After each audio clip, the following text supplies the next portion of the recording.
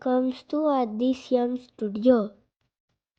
आमे प्रस्तुत करिचु मुग डालमा, भेंडी चिप्स आउ मंजा बरा।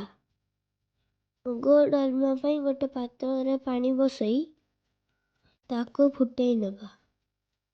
ते रखिथिबा परिबा जिमिति की आलू, कखारू, गाजर, मूला एई सब परिबा को पकाई स्वाद अनुसार लूण पकाइबा। रे सेइथिरे हळदी गुंड, तेजपत्र पकाइबा। अध गिना भजा मुग डाली को भल भाबरे धोइबा। तापरे ताको पकाइबा। गोटे बड़ साइज टमाटो पकाई ताको घोड़ई नेबा। तापर घोड़नी काढ़ी सेइथिरे छेची रखिथिबा अदा, कंचा लंका पकाई ताको घोड़ई नेबा। सेइथिरे आधा कप गरम पानी देई देबा। ताको फुटिया पई छाड़ी देबा।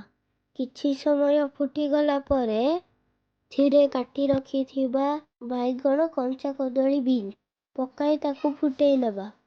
तापर फुटी गला परे ताको गोटे पात्ररु काढ़ी नेबा।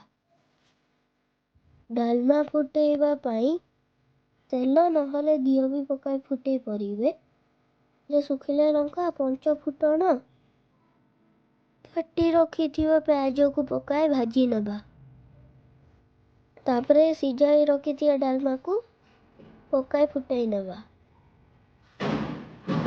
तापर फुटी गला परे भाजी रखिथिबा डालमा मसला पकाई फुटई नेबा। तापरे सेथिरे काटी रखिथिबा धनिया पत्र पकाई ताको ओल्हेई नेबा। तापरे हमर प्रस्तुत हो गला मुग डालमा। तापरे स्टार्ट करिया कुरकुरे भेंडी छणा। प्रथमे भेंडी को भल भाबरे धोई तापरे ताको काटी नेबा। एमिति के वीडियो रे देखाइछि। भेंडी सब काटी नेला परे सेथिरे अदा रसुण बटा, हळदी गुंड, लंका गुंड, जीरा गुंड, धनिया गुंड, आधा स्पून गरम मसला आउ स्वाद अनुसार लूण पकाई ताको भल भाबरे मिसई नेबा। आधा घंटा पर्यंत ताको गुळेइकी रखी देबा। सेथिरे कॉर्नफ्लोर पकाई ताको भल भाबरे मिसई नेबा। तापरे कड़ाई रे तेल देबा।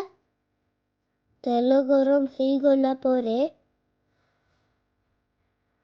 गोटे गोटे करी भेंडी को पकाई छाड़ीबा।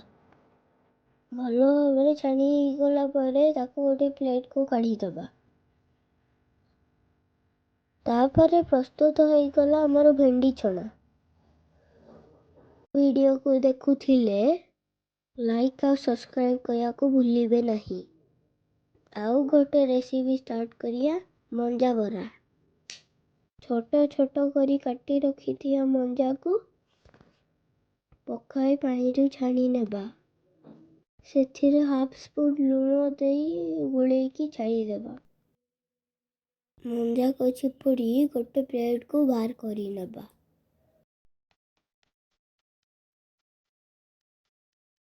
तापरे सेथिरे हळदी गुंड, लंका गुंड, जीरा गुंड,